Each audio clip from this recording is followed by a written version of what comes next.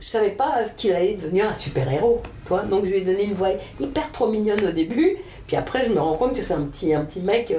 Mais du coup c'est bien, ça l'a rendu hyper naïf. Ça lui a donné peut-être plus de naïveté qu'il n'a en japonais. Rencontre et discussion avec la célèbre Brigitte Lecordier dans cette deuxième édition du Cozy Talk. On revient sur sa carrière, sur l'ouverture en fanfare de sa chaîne YouTube, sur Dragon Ball bien sûr, mais aussi sur Pipoudou, La Petite Mort, et sur le dur métier de doubleur. Le Cozy Talk avec en invité Brigitte Lecordier, c'est parti. Comment c'est venu ce goût pour ce métier? En fait, j'ai pas eu le goût pour ce métier. Ouais. Enfin, si j'ai eu le goût pour ce métier, mais en fait, moi, mon goût, je voulais être clown. Oui, t'as fait l'école Fratellini. Elle était à Saint-Ouen toujours? Non, ou... elle est à Saint-Ouen maintenant. Maintenant, elle est à Saint-Ouen. Ah ouais, moi, c'était sous le périph', porte de la Villette. D'accord. Entre la porte de la Villette et la porte d'Aubervilliers. Ouais. Et j'allais là, et j'étais heureuse, la plus heureuse du monde.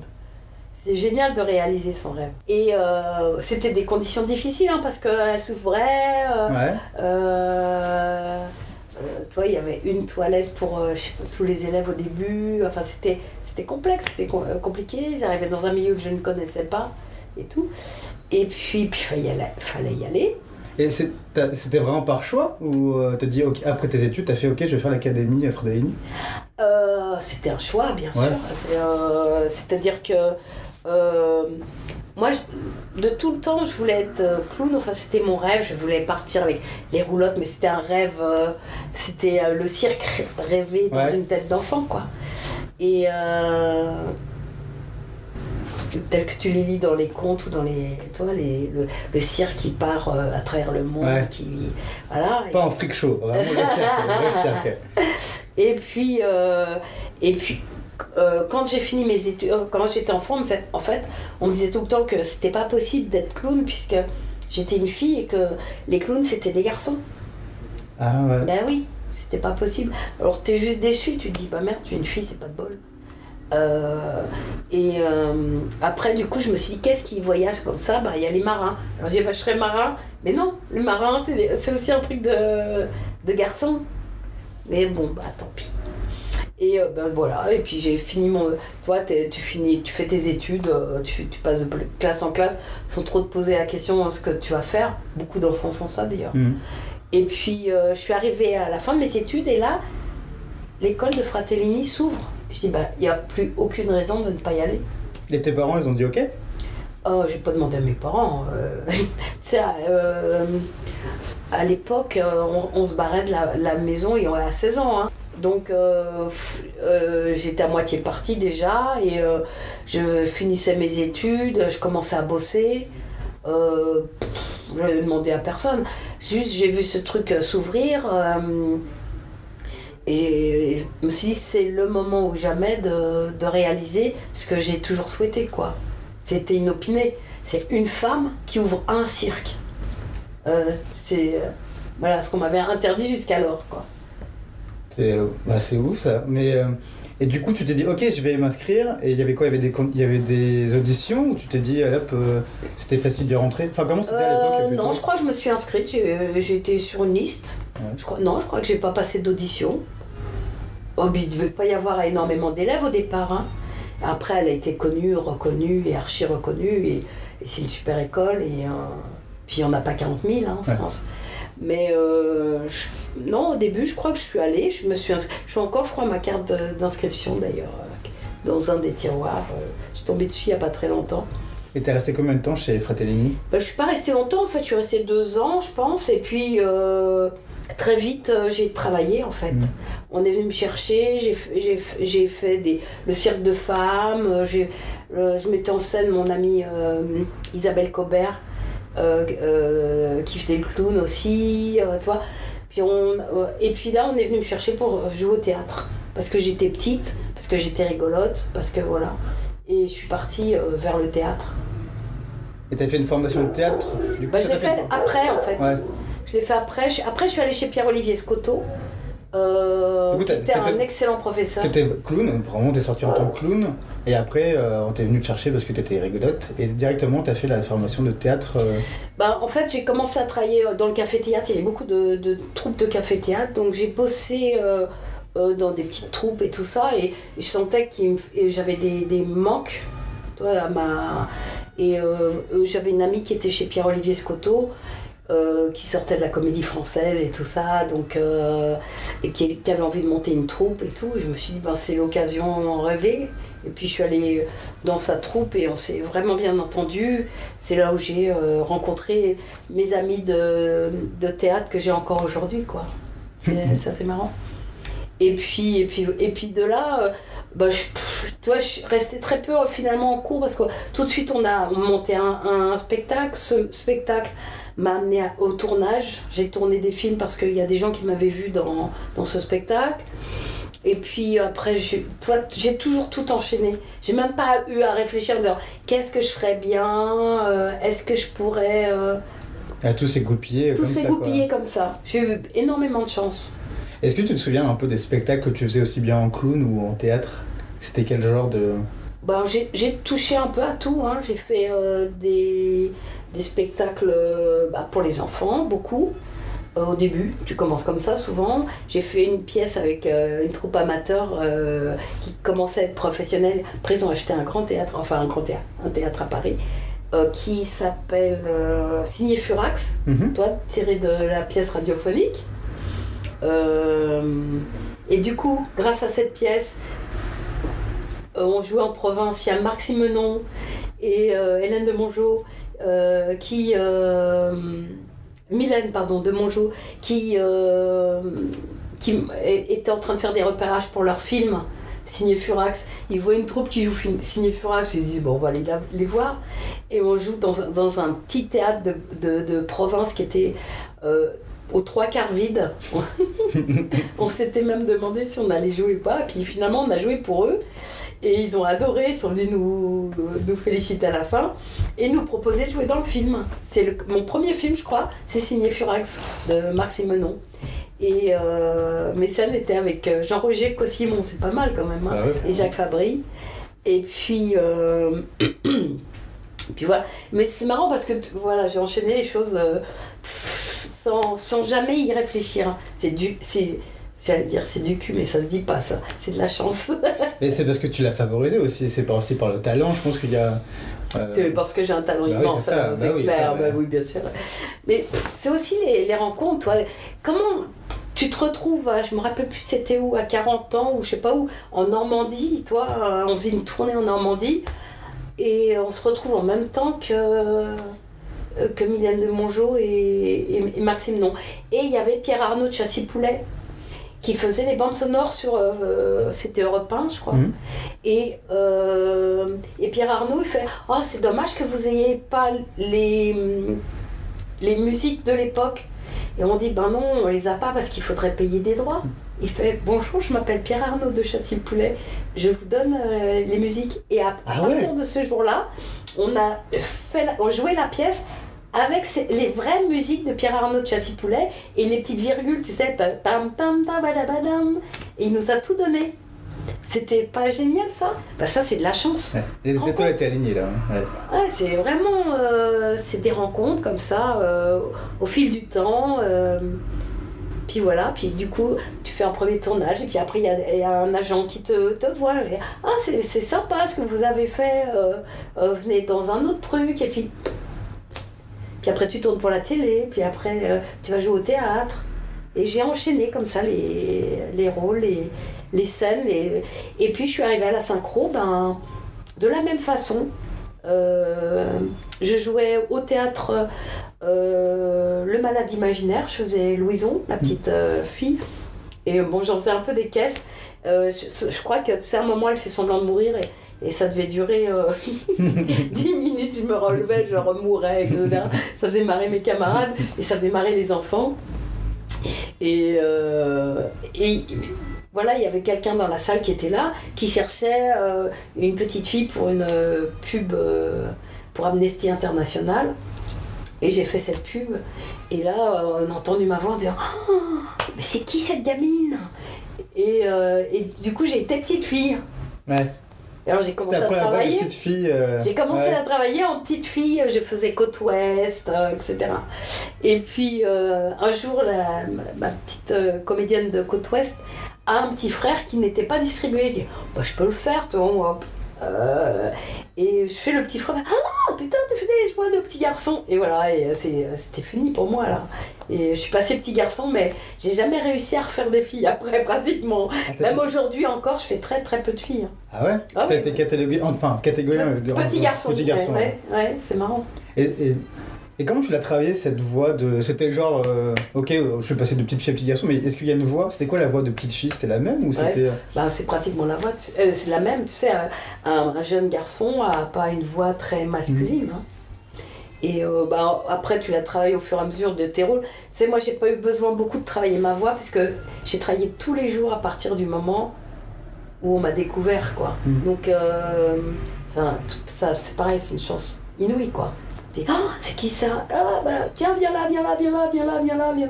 Mais j'ai pas arrêté. Donc du coup, plus tu travailles, et meilleur t'es. Hein. Y a pas de secret, quoi. Donc j'ai fait mes gammes en travaillant. Et voilà, et aujourd'hui encore. Quoi. Et là, c'était à chaque fois, c'est toi qui démarchais les gens ou c'était les gens qui venaient te démarcher ou tu passais par un agent? J'ai jamais eu à démarcher. On est venu me chercher pour tout ce que j'ai fait. Trop bien. Ah bah ouais, c'est complètement dingue. C'est un truc de fou, quoi. J'ai démarché au tout début, où je cherchais des troupes de théâtre, parce que je disais, j'aimerais bien toi, puis c'est tout. C'est fou, c'est génial. C'est génial, j'ai une chance inouïe. Je sais pas si beaucoup de gens aujourd'hui pourraient faire ça, parce que c'est tellement compliqué. Moi, j'ai beaucoup de messages de jeunes gens qui me disent, j'aimerais bien faire votre métier, et je me rends compte à quel point c'est difficile d'entrer dans mon métier, alors que moi je suis entrée... Tu penses qu'il y avait beaucoup plus d'ouverture à l'époque ou il y avait moins de gens qui voulaient être comédiens. Tu vois, les parents à l'époque ils disaient ah non, pas ça. Et puis quand tu étais comédien on te demandait ce que tu faisais d'autre comme métier, tu vois. Ouais. Oui. C'est ton vrai métier? C'est mon vrai métier. Tu fais quoi d'autre? Qu'est-ce que tu fais d'autre? Et pour gagner ta vie. Mais tu sais que c'est encore le cas encore. Ouais. Bon, c'est vrai que pour gagner ma vie au départ, moi je bossais, je faisais des petits boulots, j'ai bossé au télécom, j'ai quand même travaillé. Parce que tu gagnes pas de quoi vivre en arrivant, quoi. Les cachets étaient... il y avait des cachets? Oui, il y avait des cachets, ouais. Mais c'était moins ou c'était, tu penses que c'est... C'était des petits cachets, puis même quand je travaillais à la maison de la radio, tu commences tout en bas de l'échelle, c'est tout petit, quoi. Tu peux pas vivre avec un cachet de temps en temps. Donc tu es obligé de faire des petits boulots, mais c'est pas grave. Je pense qu'on est tous passés comme ça. Mais aujourd'hui, même les petits boulots, ils sont difficiles à trouver, c'est ça. Ouais, c'est vrai. Non seulement c'est difficile d'être comédien, mais en plus, faire un petit boulot... Voilà. Mais c'est vrai qu'il y a un éventail de comédiens, un éventail de voix maintenant qui... il y a tellement d'écoles aussi qui se sont fait... Oui, alors ça... ouais. Mais non, mais des écoles, du coup, débouchent des comédiens, des voix. Donc on va dire, je sais pas, dans une école, il y a 100 élèves. Au bout de l'année, il y en a, je sais pas, il y en a 40 qui sortent. Si tu multiplies ça par le nombre d'écoles... Ouais. Ça fait autant de comédiens qui cherchent à faire des rôles quelque part. Quoi, donc, Ouais, c'est sûr que... Et puis maintenant, on parle plus de nous aussi. Et puis il y a Internet qui fait que les gens peuvent rentrer directement en contact avec nous et tout. Voilà, c'est ça que ça change. Et quand tu as débuté, c'était quoi le premier dessin animé que tu as fait? Je m'en souviens plus en fait. Est-ce que tu as fait la voix des petites filles sur Côte Ouest? Peut-être c'est les triplés. Ouais. Je pense que j'ai fait les triplés en premier parce que je savais même pas les tarifs. Je me suis fait un petit peu avoir d'ailleurs. Et je travaillais directement avec Nicole Lambert, avec un Agra. On enregistrait... C'est quoi un Agra? Un enregistreur. Et on enregistrait directement, j'étais avec l'auteur. Que tu sais, c'est la dame qui dessinait c'était dans le Figaro. Elle faisait des petites bandes dessinées dans le Figaro. Et c'est elle qui m'expliquait les rôles et tout ça. Et je faisais les deux petits garçons. Et c'était une vraie petite fille qui faisait la petite fille. Et puis c'est comme ça que aussi je suis rentrée à la synchro. Ah oui, maintenant ça me revient. C'est comme ça que j'ai connu la synchro. C'est parce que, en fait, ce rôle, les rôles que je tenais avaient été tenus par Jackie Berger avant moi. Et Jackie était partie faire le tour du monde en bateau. Et alors je sais pas pourquoi il l'avait remplacée ou je sais pas quoi. Peut-être qu'elle demandait des cachets normaux et qu'ils se sont dit on va en plumer une. Enfin j'en sais rien, tu sais. Et je me suis retrouvée à faire ça. Et ils ont demandé un retake à Jackie en disant tu t'es trompée dans une phrase et tout ça.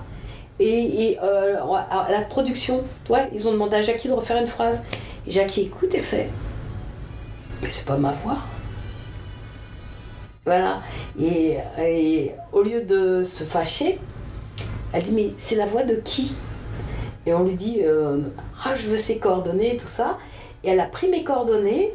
Et quand elle est partie faire le tour du monde, elle a dit s'il y a quelqu'un, si vous avez besoin de quelqu'un pour me remplacer et tout ça, j'ai écouté une fille qui est vraiment bien, tout ça, et elle avait laissé mes coordonnées partout. C'est quand même assez magique. Ah ouais, toi, ça, ok, ça je suis pas allée chercher. Non, ok, ça j'avoue. Hein, tu vois, c'est vraiment le truc. Pourquoi on lui a demandé un retake? Qui lui a demandé un retake? Tout le monde savait que... Et paf, et au lieu de mal réagir, elle se dit c'est bon, c'est pas de ma remplaçante et elle peut continuer aussi. Ouais, c'est ça, puis elle m'a encouragée à le faire et tout ça. Et j'ai pu la remercier seulement quand elle est revenue de faire son tour du monde, c'est-à-dire au moins un an après ou un an et demi après. Et où on est allé, je l'ai invitée à dîner avec Thierry Bourdon, qui est devenu aussi mon ami, qui était un des meilleurs amis de Jackie, et qui me parlait d'elle alors que je ne savais pas qui elle était. C'était rigolo quand même. Quelqu'un qui t'a aidé à entrer dans un truc qui ne te connaît pas et que tu ne connais pas. C'est chouette. J'avoue. Et Jackie, elle est comme ça. Ah non, mais vraiment, c'est générosité. Super. Ouais. Et après, du coup, il y a eu les triplés et drag. Et après, après les triplés. Oui, c'était avant ou après Dragon Ball? J'ai jamais su, je me rappelle plus en fait. Ça doit être à peu près au même moment. Je sais plus. J'ai hyper du mal dans la chronologie.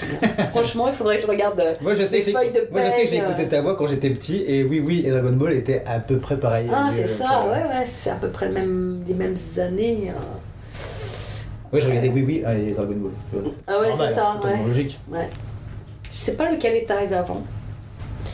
Il faudrait que je regarde dans mon récapitulatif de carrière.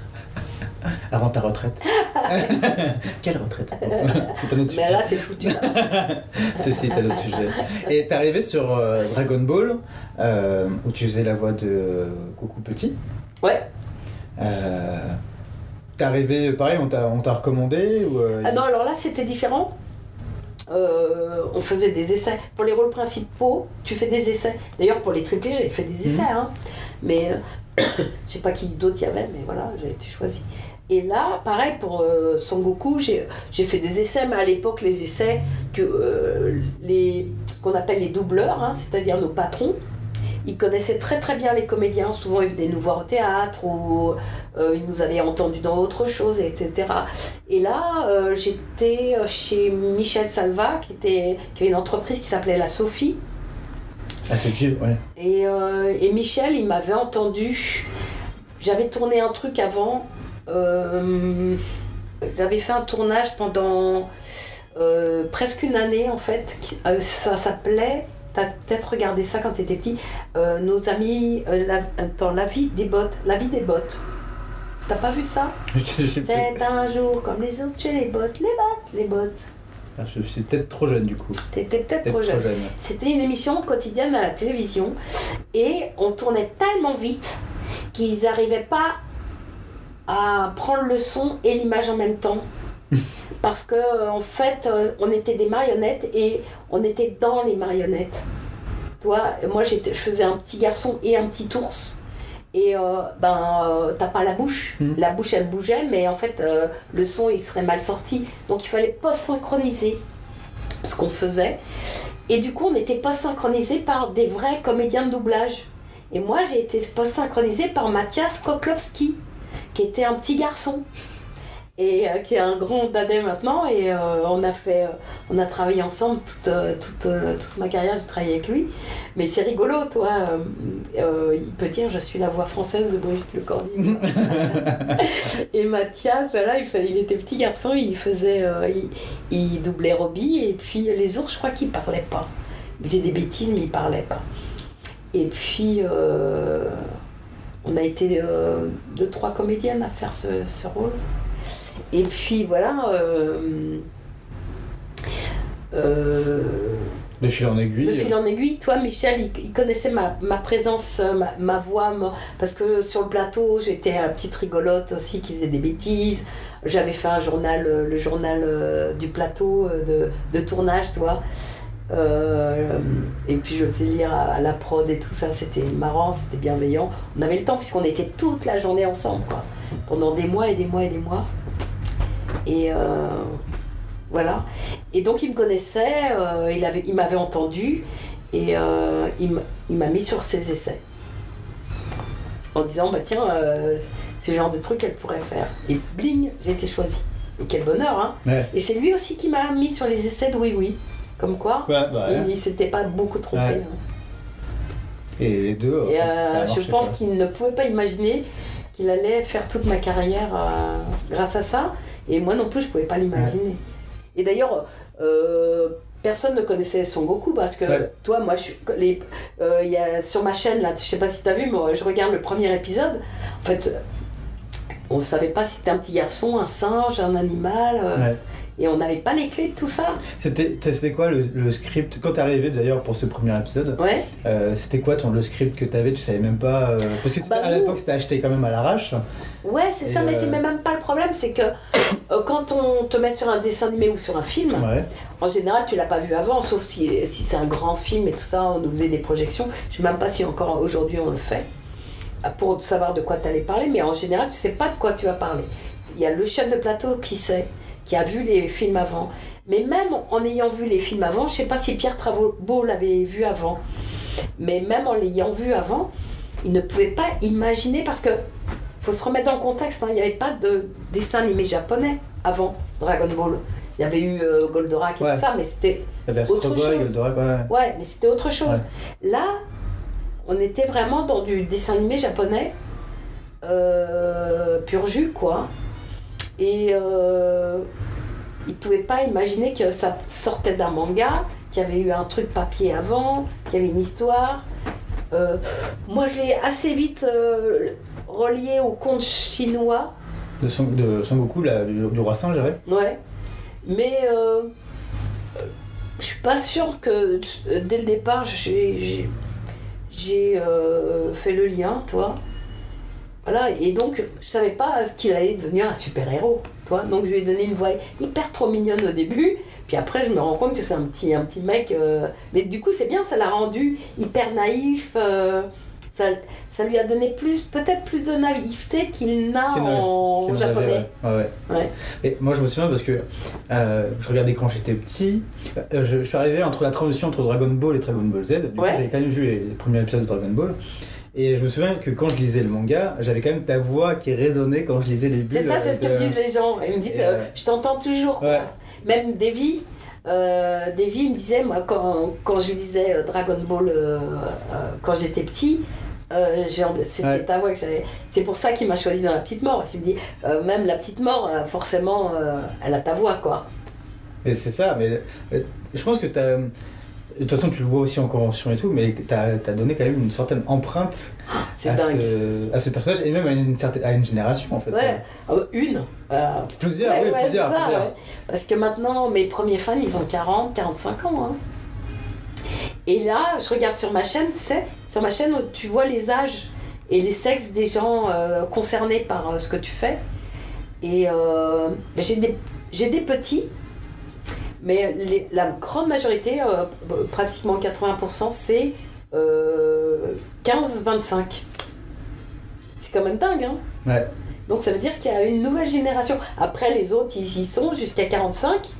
Mais le plus grand pic, c'est 15-25. Et puis les petits d'aujourd'hui qui arrivent. C'est aussi les jeunes de YouTube aussi qui sont là. Et moi j'ai été. Enfin, c'est hyper cool, hein. J'ai été hyper surpris par la popularité. Sur YouTube d'un coup en 2 semaines.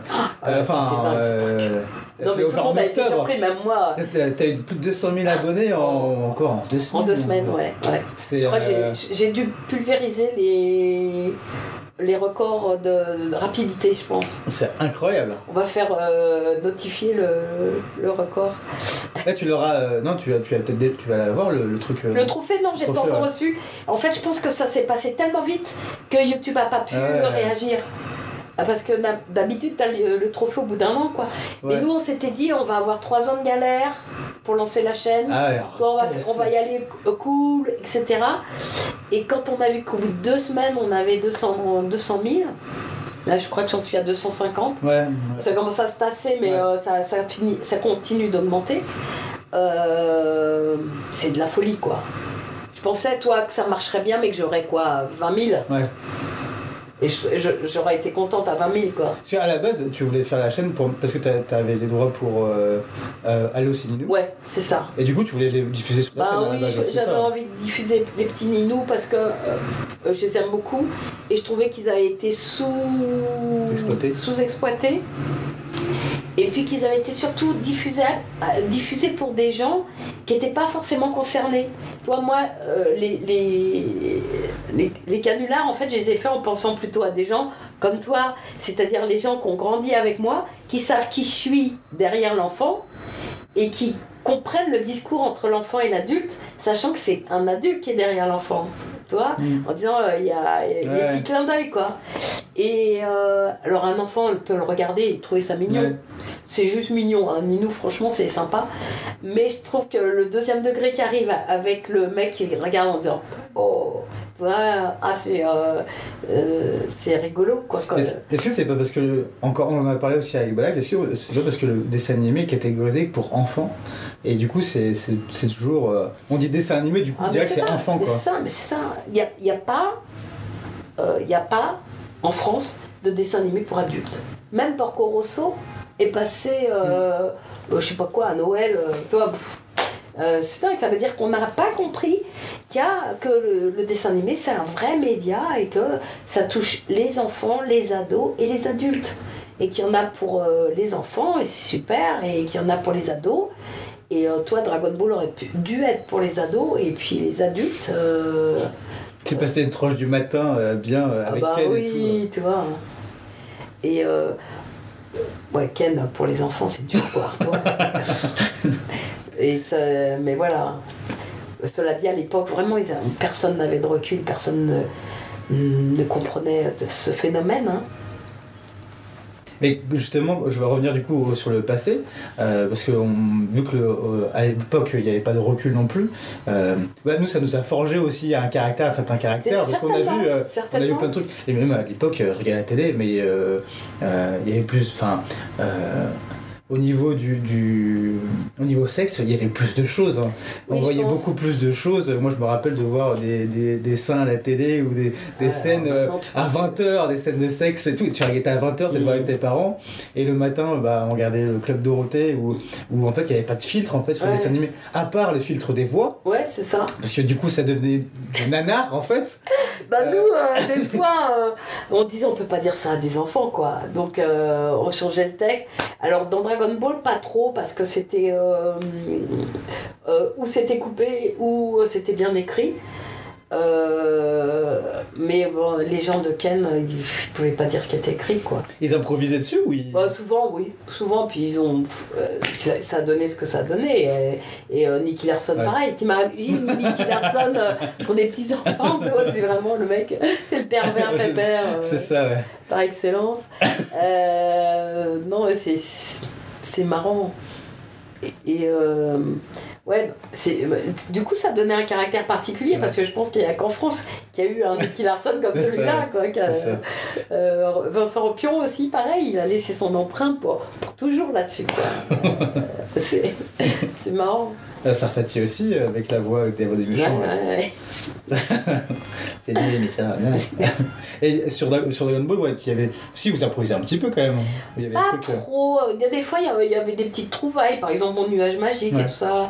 Mais non, c'était plutôt pas mal écrit en fait. Après, on savait pas qu'il y avait une référence qu'on n'a jamais eu avant, de la référence du manga. Ça, des fois, on nous le reproche, mais personne ne connaît ça, le manga. Il est arrivé beaucoup après, parce qu'en fait, moi, quand je suis allée... Mais le temps que tu tournes, en fait, tu les enregistres ces épisodes, le manga est sorti après. Parce que t'as dû tourner les voix avant que le manga Bien avant, oui. Parce qu'on avait fini tout Dragon Ball quand je suis allée au Japon, en 89-90. Et là, j'ai découvert le manga papier. Mais il n'y en avait pas encore en France, ou il y en avait, mais c'était pas tellement connu. Et d'ailleurs, je me souviens, au Japon, on m'avait proposé, on me disait tu veux pas faire connaître nos trucs et tout ça. Je disais, mais je le ferais bien parce que je trouve que c'est génial, mais c'est pas mon métier. Je serais richissime aujourd'hui. Ah oui, ok, c'est bon. Mais là, toi, t'achètes les drops, mais c'est... Mais ouais, tu te rends compte, t'imagines. Mais voilà, on ne connaissait absolument pas du tout ce phénomène. Donc, des fois, on nous dit oui, c'est écrit comme ça dans le manga, mais c'est pas ce que vous avez traduit dans le dessin animé. Oui, mais on n'avait pas les références que maintenant les gens ont. Tu peux regarder le premier épisode de Dragon Ball en papier et en dessin animé. Et ça correspond pas bien, mais c'est pas notre faute. C'est ni la faute de l'adaptateur. C'est qu'on n'avait pas la première référence. Ouais. C'est ça qui est difficile à comprendre pour les gens d'aujourd'hui. Parce que pour eux, ils ont les mangas, ils ont tout. Bah alors, pourquoi quand on dit Kamehameha, toi tu dis Kamuya Muya, toi parce qu'on savait pas. Il n'y a pas eu de retravail derrière, de redoublage? Ils n'ont pas voulu refaire ou après, ça reste sur le jeu. Non, mais par contre, j'ai écouté il n'y a pas très longtemps des DVD qui ont été remasterisés, machin et tout. Et alors... je sais pas, ils ont pris ma voix où j'appelle plus Son Goku, je dis Kakarot, mais je trouve que ça casse un peu tout. Sur les Dragon Ball Kai, tu les as pas redoublés? Ça a été remonté Non, Kai, on les a fait, mais après, longtemps après, on les a fait en 2017. Ouais. Non, ça n'a rien à voir. Non, je parle de ceux qu'on a fait en 80. Je les ai entendus sur des cassettes et du coup, je fais plus mon nuage magique, par exemple. J'appelle mon nuage, je sais plus comment il s'appelle en japonais, le nuage. Tu dois connaître ça. Moi je les ai... Kintoun, non? Kintoun.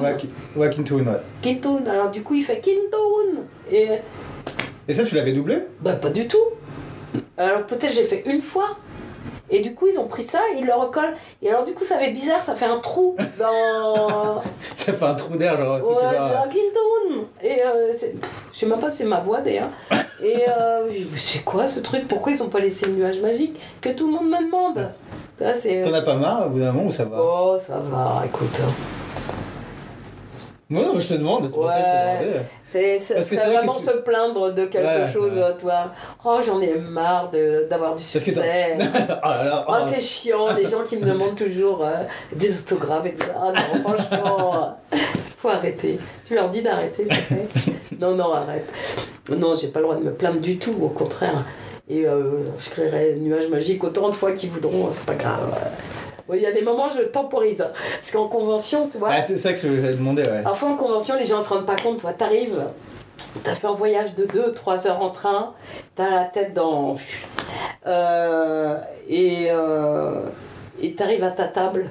Et là, le premier qui arrive fait bonjour, je vous adore, vous avez bercé mon enfance. Et là, tu peux me faire un Kamehameha et tu peux me faire un nuage magique. Il fait attends. Tu peux revenir tout à l'heure parce que je vais en faire un. Ou alors maintenant je dis je vais en faire un sur scène. Toi au moment de la conférence, vous attendez au moment de la conférence, je fais sur scène. Je fais un nuage magique à Kamehameha et vous le prenez en vidéo autant de fois que vous voulez, voilà. Et comme ça j'en fais un pour tout le monde. Mais c'est sinon, mon cadeau, c'est mon don, allez-y. Parce que sinon je vais en faire toute la journée quoi. Et puis sinon allez, quand je suis en forme et que voilà, il y a du monde et tout ça, toutes les 20 minutes, je monte sur ma chaise ou sur ma table, j'adore parce que, et puis je dis allez, je vais vous faire un caméra et t'as tous les téléphones, c'est trop mignon en même temps, toi. Tu sais, tu vois bien que tu leur fais plaisir. Ouais, c'est ça. C'est important de faire plaisir. Ouais. Mais c'est marrant parce que ça ne... Je pensais qu'au bout d'un moment, ça soufflerait, mais en fait, pas du mais tout. c'est Quoi. dingue. Mais je te dis, là, il y a le relais. Mais je vois sur ma chaîne, hein, parce qu'il y a autant de quarantenaires que d'enfants de 12 à 15 ans. Est-ce que c'est pas leurs enfants ? Certainement. Peut-être, ouais. Certainement. C'est sûr. Parce que maintenant, en convention, ce qui est sympa, c'est que les gens viennent en famille. T'as la maman, le papa, les ados et le petit. Et ils sont tous fans de la même façon. Alors à chaque fois, je fous la zizanie dans la famille en disant alors c'est qui le plus grand fan ? Et t'as le papa qui fait ah ouais c'est moi. Et le fils oh non c'est moi. C'est assez marrant. Tu dois faire un combat de Kamehameha. Ouais c'est ça ouais. Et les gens, la plupart des gens, ils viennent te voir principalement pour Dragon Ball ou vraiment pour l'ensemble de ta carrière.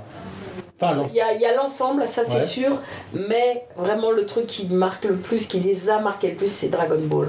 Mais quels que soient les sexes, les âges et tout ça, ils me parlent pratiquement tous de ça. Alors, et ce qui est sympa, c'est que c'est des gens qui me suivent et qui regardent ce que je fais, qui suivent mon actualité. Ce qui fait qu'aujourd'hui, toi, quand je vais en conférence, on me parle de La Petite Mort, on me parle de Pipoudou, on me parle de ce que je fais aujourd'hui. Et ça, c'est super. Il y a le plaisir de retourner en enfance avec Dragon Ball, mais pas que. Et ça, je trouve ça super chouette. Toi, on parle de ma chaîne, on parle de tout ce que j'ai fait, ou des collabs avec les copains, avec Cyprien, avec John Rachid. Et ben, je dis, c'est super, quoi. Toi. Et pendant le... Je reviens sur Dragon Ball, mais pendant le... Il y avait un hiatus, du coup, au niveau de Dragon Ball. Et même à ce moment-là, les gens te parlaient de Dragon Ball ou il y avait un hiatus. Je veux dire, entre la fin de diffusion de Dragon Ball Z et quand ça a repris, on va dire, du coup, la vague de Dragon Ball est revenue. Avec Kai est revenu. Et puis après, Dragon Ball Super, il y avait quand même une sorte de petit hiatus, tu vois, il y avait un petit temps. Oui, bien sûr. Ouais, même à ce moment-là, les gens te parlaient de Dragon Ball ou... Ah oui, ouais. En fait, ça n'a jamais arrêté. Par contre, c'était relancé. Tu vois, ça continuait depuis toujours. Et quand il y a Kai qui est arrivé, c'est reparti de plus belle, quoi. C'est-à-dire, au lieu de faire 4 conventions par an, j'en fais tous les 15 jours, quoi. Toi, c'est un truc de ouf, hein. Ah, je pensais qu'il y aurait une vague de creux. J'ai pas eu de vague de creux, non. Pas là-dessus.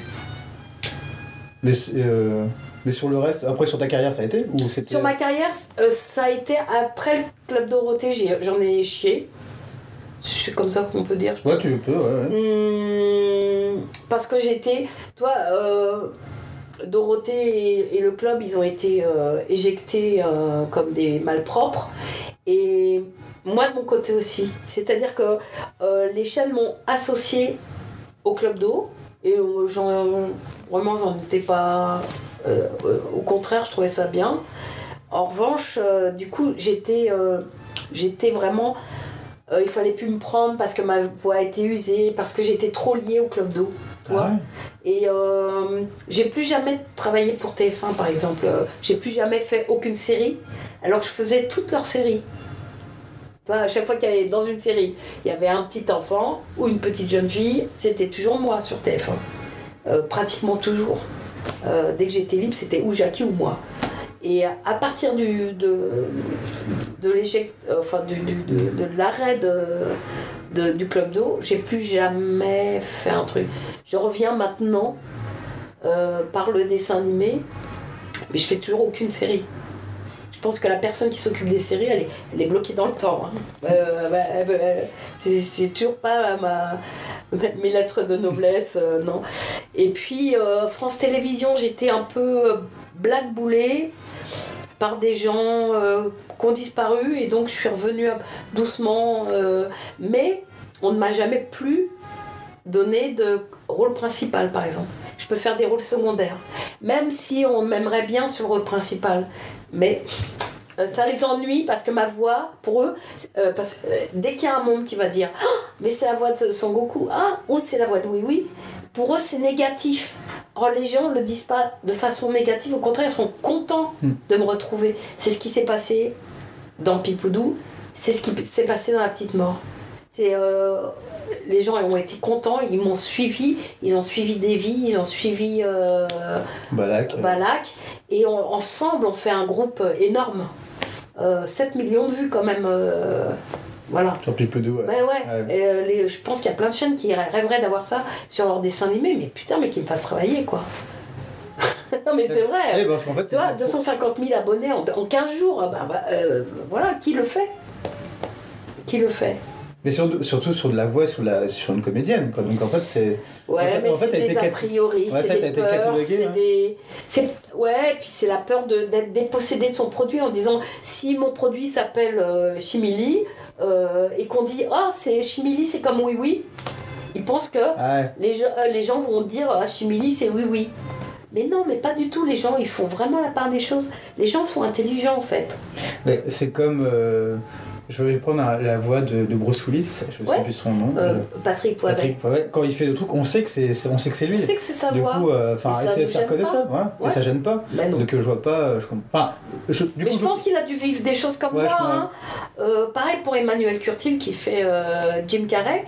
À un moment, on se retrouvait un petit peu comme deux andouilles tous les deux, parce qu'on était un peu bloqués, quoi. Parce que lui, il est. En plus, tu te dis si j'avais été mauvais. On ne me connaîtrait pas, je pourrais travailler. Mais en fait, comme j'ai été plutôt pas mal et que du coup ça a super marché, bah du coup je peux plus travailler. C'est un peu paradoxal. Ouais. Et de façon incroyable, ils vont chercher pour faire les nouveaux dessins animés des voix connues. Je dis mais prenez nos voix, elles sont connues, bordel. Je suis plutôt d'accord avec ça. Ou des comédiens qui ne sont pas forcément aguerris sur du doublage. Et du coup qui vont faire un doublage de dessin animé parce que c'est juste la voix. Il y a des. Je sais pas si ça intéresse les enfants en fait, d'avoir la voix de machin. Ouais. En revanche, une voix qu'ils connaissent et qu'ils aiment bien, oui, ils vont vachement apprécier. Mais ça, c'est difficile. Alors là, c'est vraiment culturel et c'est vraiment les décideurs qui. Le market. Ouais, c'est ça, qui peuvent prendre cette décision. Mais c'est dommage. Je pense qu'ils s'empêchent de vivre un truc. Ouais. Et moi, ils m'empêchent de vivre un truc. C'est ça qui... Il faudrait qu'il y en ait un qui se lance un jour en disant « Allez, soyons fous. On va reprendre Brigitte sur un rôle principal d'un film. Et est-ce que ça va marcher ou pas ?» Moi, c'est tout le malheur que je te souhaite. Ah bah oui. Alors là... Mais toi, par exemple, les Miyazaki... C'est dommage, j'y ai plus accès, mais j'ai quand même fait Conan le fils du futur, quoi. Qui est tellement... c'est le premier, il est génial, ça a marché d'enfer, les DVD se vendent encore, etc. Toi, ça a marqué tellement de gens. Et moi je savais même pas que c'était toi sur Conan. C'est ça qui est génial. Avant qu'on fasse la rencontre à Miyazaki, et que j'ai regardé qui faisait les voix, et j'ai fait hein? Mais c'est Brigitte! Et voilà! Enfin, je me rappelle. Comme quoi, avant qu'on fasse la rencontre, et pourtant, c'est vraiment les mêmes petits garçons. Hein. Ouais. Goku et Gonan, on aurait pu dire, tiens, c'est du copier-coller. Mais non, ils sont différents, ils ont des caractères différents, donc forcément, je les joue pas de la même façon. Alors, c'est la même voix. Mais comme on les joue pas de la même façon, on fait pas le lien.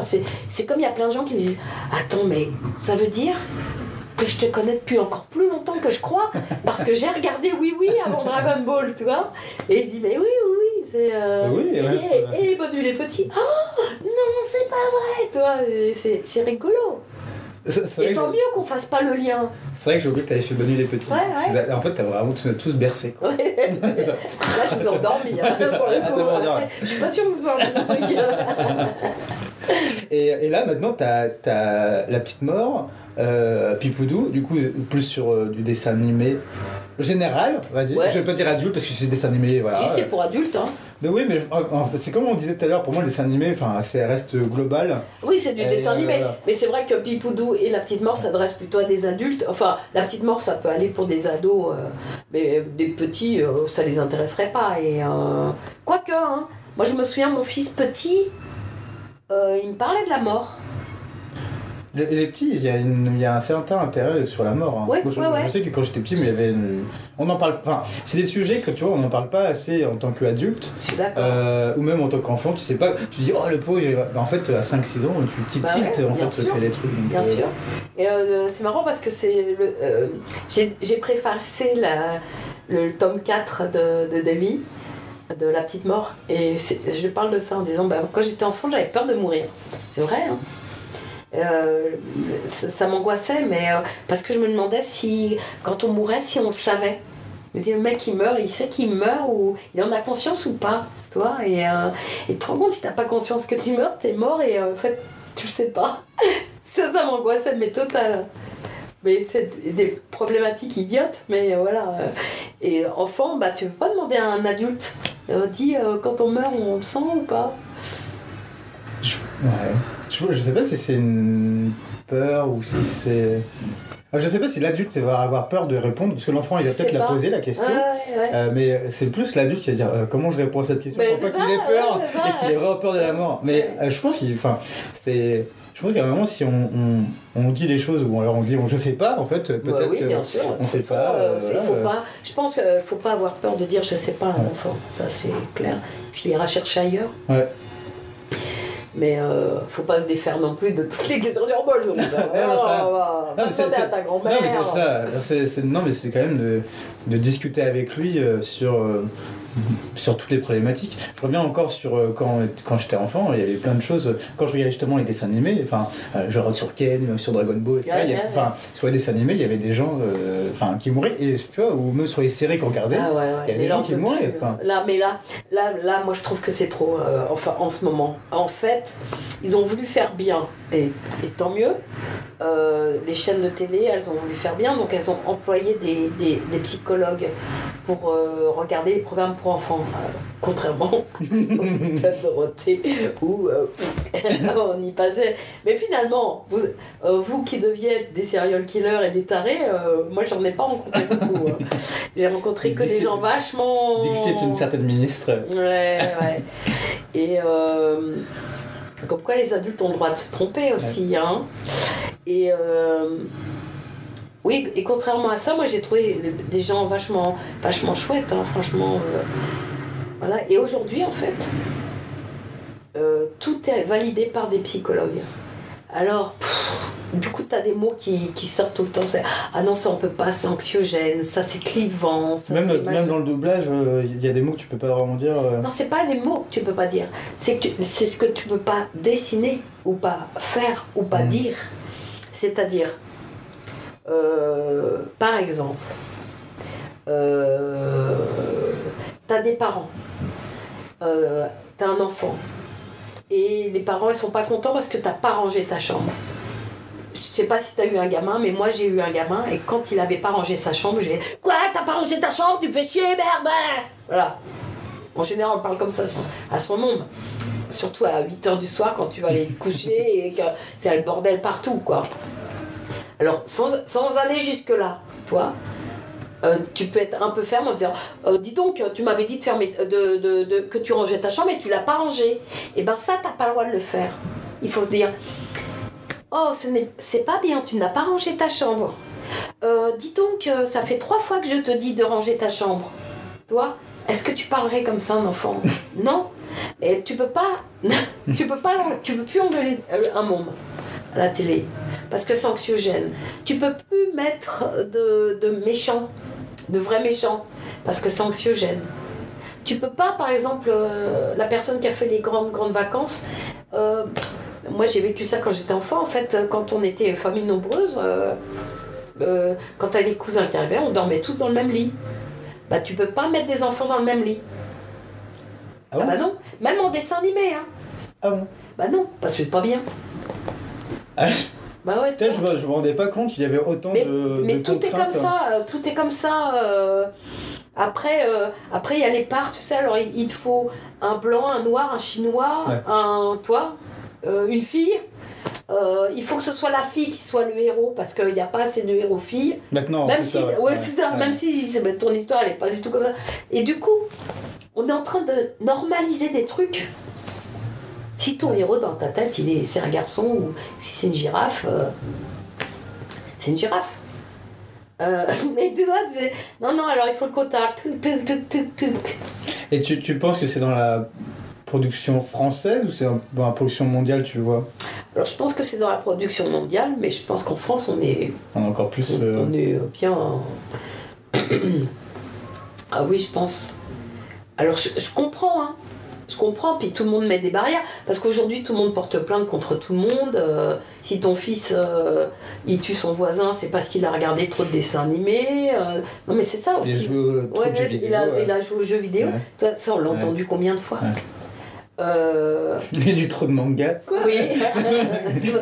Oui, mais moi je me souviens, j'ai regardé une émission, oh là là, c'était un journal télévisé de 1996 où le présentateur du JT faisait dire à un petit garçon que le manga Dragon Ball c'était violent.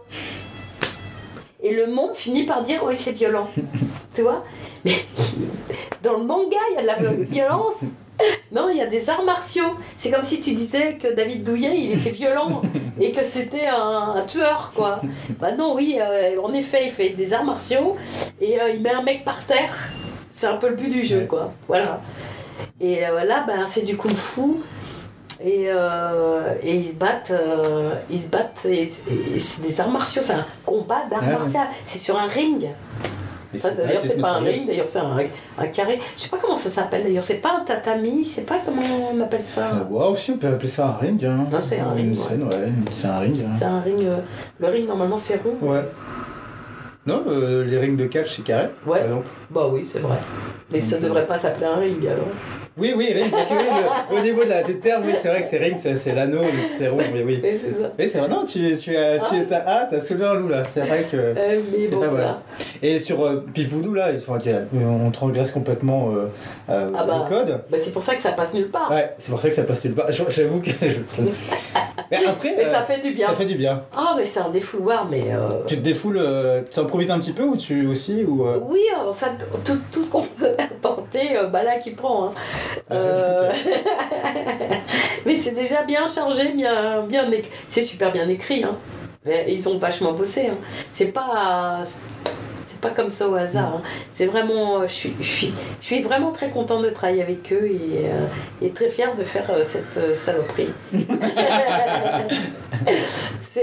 Non, c'est vraiment bien Pipoudou.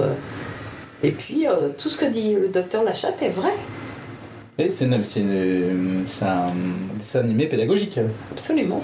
Et du coup, j'ai pu rencontrer Jeanne, qui est une comédienne tellement extraordinaire, que j'aime beaucoup. Puis toute cette équipe, quoi. Et sur La Petite Mort, du coup, tu le fais avec Davy. Ouais. Et il y a 2 saisons.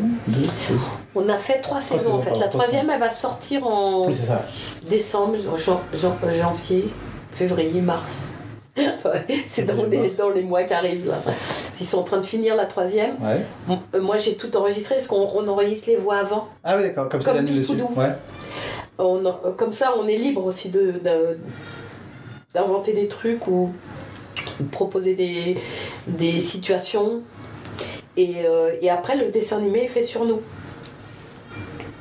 Et donc, on a tout enregistré la saison 3, qui est un petit bijou. J'ai hâte de voir ça. Ah, ouais. Et j'ai vu que tu avais fait aussi un jeu. Non, c'est pas le. De La Petite Mort. Ouais, non, pas le jeu, mais.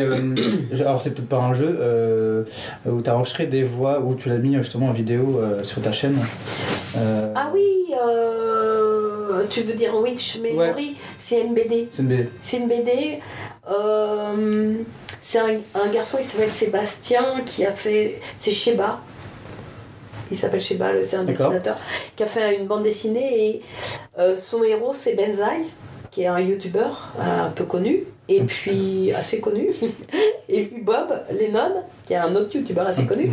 Un petit peu connu. Et puis, il y a 2 autres mecs un petit peu connus. Il y a le joueur du grenier et celle du grenier. Ok, un petit peu connu aussi. Et puis, du coup, les autres personnages, il fallait les distribuer et on s'est fait plaisir. Donc, on a pris Adeline Chetaille, Pascal Chemin, Éric Legrand, on m'a obligé. Dur. Et puis, Brigitte Lecordier. Et c'est que vous racontez la Et BD Padge. Et vous racontez la BD? Enfin, vous, c'est En fait, on lit la BD et on tourne les pages au fur et à mesure. Du coup, il faut raconter la... Ouais, c'est une BD version- audio. BD audio, ouais. C'est D'accord. super. J'avais envie de faire ça depuis longtemps. Je voulais faire ça à la radio. Je me souviens, je proposais ça à Radio France il y a 15 ans. Ça arrive maintenant sur le net. Tu vois ? C'est cool, ça. Toujours être en avance sur mon temps. Ouais. Et j'avoue que, enfin, moi j'écoutais un programme à l'époque, ça s'appelait Le Monde de Monsieur Fred sur BFM. Et j'avais l'impression de voir une BD qui défilait sous mes yeux. Mais C'est bien. C'était juste une aventure radiophonique, quoi. Ouais, mais c'est vachement bien. Moi j'en ai fait beaucoup pour Radio France dans les années 80 aussi. Je bossais beaucoup pour la radio.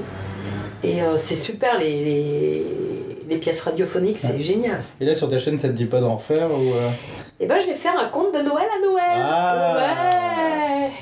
Ouais, je vais faire un conte de Noël. Si, j'en ferai. Et j'aimerais bien qu'on fasse, justement, peut-être des lectures en public avec les comédiens. Ça pourrait être marrant. Lecture de livres, BD, manga. De BD, un peu. Enfin, La si petite tu peux mort, faire par plaisir, exemple, tu vois. tu vois, ça pourrait être marrant. Hein. Ah, Je vais faire ma petite mort en direct avec du public ou une BD ou Witch Memory, pourquoi pas l'enregistrer en public. Ah, oui, ça peut être sympa, ouais. Ça pourrait être marrant. Faire venir des gens dans un lieu et se dire ce soir on enregistre la BD. Pour vous. Ouais, en fait, ça me rappelait vraiment ce que je pense que le son il serait dégueu. Non, on serait obligé de le refaire après. Après, si tu l'enregistres bien, tu peux faire un enregistrement live. Donc, si tu mets bien les micros en face, etc. Et que tu es sur un plateau. Après, il ne faut pas se tromper d'intonation, machin, tout ça. Il faut faire des super répètes. C'est ça, c'est ce que j'allais dire. Tu fais des petites répètes avant, parce que pour pas qu'il y ait. Parce que là, les comédiens ils découvraient. Ouais. Et c'est quoi tes autres projets du coup là sur en ce moment je dirige Toto, les blagues à Toto, c'est très sympa. C'est chez Fun Anime. Non, c'est chez Innervision. Innervision. Les blagues de Toto qui passent sur. Super Prod, c'est Super Prod. Et je cherchais. Super Prod, et puis après je fais Elvis pour Canal+. C'est un petit garçon marrant que je dirige aussi. J'ai pas du tout vu ce truc-là. Je suis pas sûre que ce soit déjà diffusé. C'est bientôt, ouais. Ouais, ça va se faire. C'est un dessin animé. Dessin animé. Qu'est-ce que je fais d'autre Il va y avoir une suite à Blaireau et Renard, la famille Blaireau-Renard, que j'ai dirigée. Et on va faire une suite audio, je pense. Et une suite dessin animé aussi. Voilà, puis j'ai des projets secrets. Et puis voilà, je pense que mon année va être bien remplie. Ouais, plus ma chaîne. Où j'ai là, avec Hugo et Tom, on a écrit des idées en vrac comme ça, et là-dedans il y a des belles choses à faire, quoi. On va bien se marrer, je pense. Et l'idée serait de faire quoi? De sortir une vidéo par semaine, une vidéo par mois? On en sort une semaine, toutes les semaines il y en a une avec une vidéo, un inou, une vidéo, un inou, une vidéo, un inou. En général ça sort le mercredi. Après, des fois, on est un peu à la bourre parce que on a tous du taf. Hein. C'est difficile hein, en travaillant. Moi, je bosse. J'ai encore la chance de travailler tous les jours et faire les vidéos en plus. Puis en plus avec l'hiver, tu vois, parce que là, on tourne en lumière naturelle. Ouais. Donc, dès que tu es à l'hiver, c'est la merde. Tu dis merde, 4 heures, on voit plus rien, il faut s'arrêter. C'est pour ça, là, on l'a fait le soir. Ouais, c'est ça, ouais. Là, on va s'acheter un peu de matos parce que voilà, on peut pas faire autrement. C'est un peu plus difficile, quoi.